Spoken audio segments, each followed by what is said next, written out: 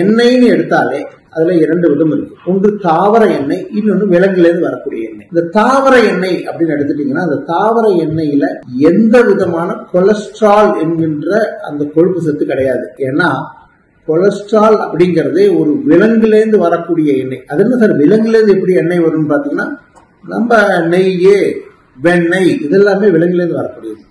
அதனால முதல் என்னன்னா தாவர எண்ணெயில் கொலஸ்ட்ரால் கிடையாது அப்படிங்கிறது உங்களுக்கு முதல்ல தெரிஞ்சுக்கணும். இரண்டாவது, எண்ணெயை நம்ம ரெண்டு விதமும் உபயோகப்படுத்துவோம். ஒன்று, அந்த எண்ணெயை காய்ச்சி பொரித்தெடுப்பதற்கு பொதுவாக உபயோகப்படுத்துவோம்.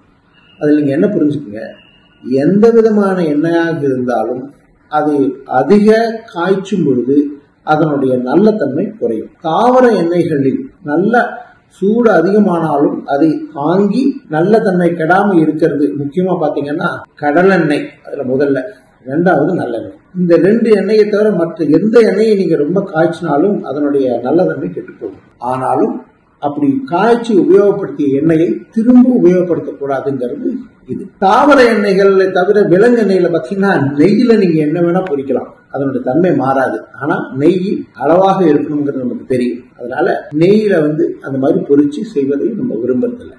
ரெண்டாவது.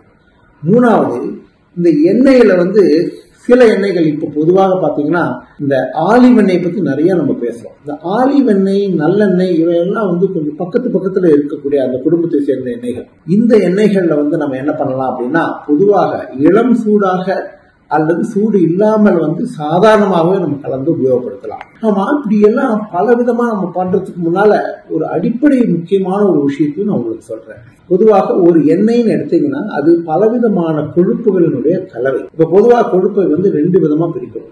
பூரித கொழுப்பு சாச்சுரேட்டட் ஃபேட், அபூரித கொழுப்பு அல்லது அன்சாச்சுரேட்டட் ஃபேட்.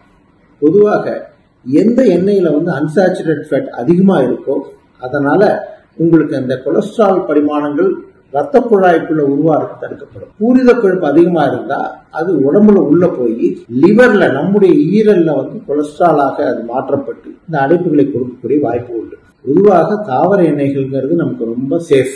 அந்த விலங்கு எண்ணெய்கள்ல அளவோடு உபயோகப்படுத்தலாம், பூரித கொழுப்பு உள்ள எண்ணெய்களையும் அளவோடு உபயோகப்படுத்தலாம். ஆனா மற்ற எந்த எண்ணெயாக இருந்தாலும் அந்த கொழுப்பு சத்துங்கிறது உங்களுடைய ஒரு உணவில் ஒரு நாளில் 10% கீழே தான் அதனுடைய தேவை வேண்டியது அப்படிங்கிற அளவு உபயோகப்படுத்துங்க.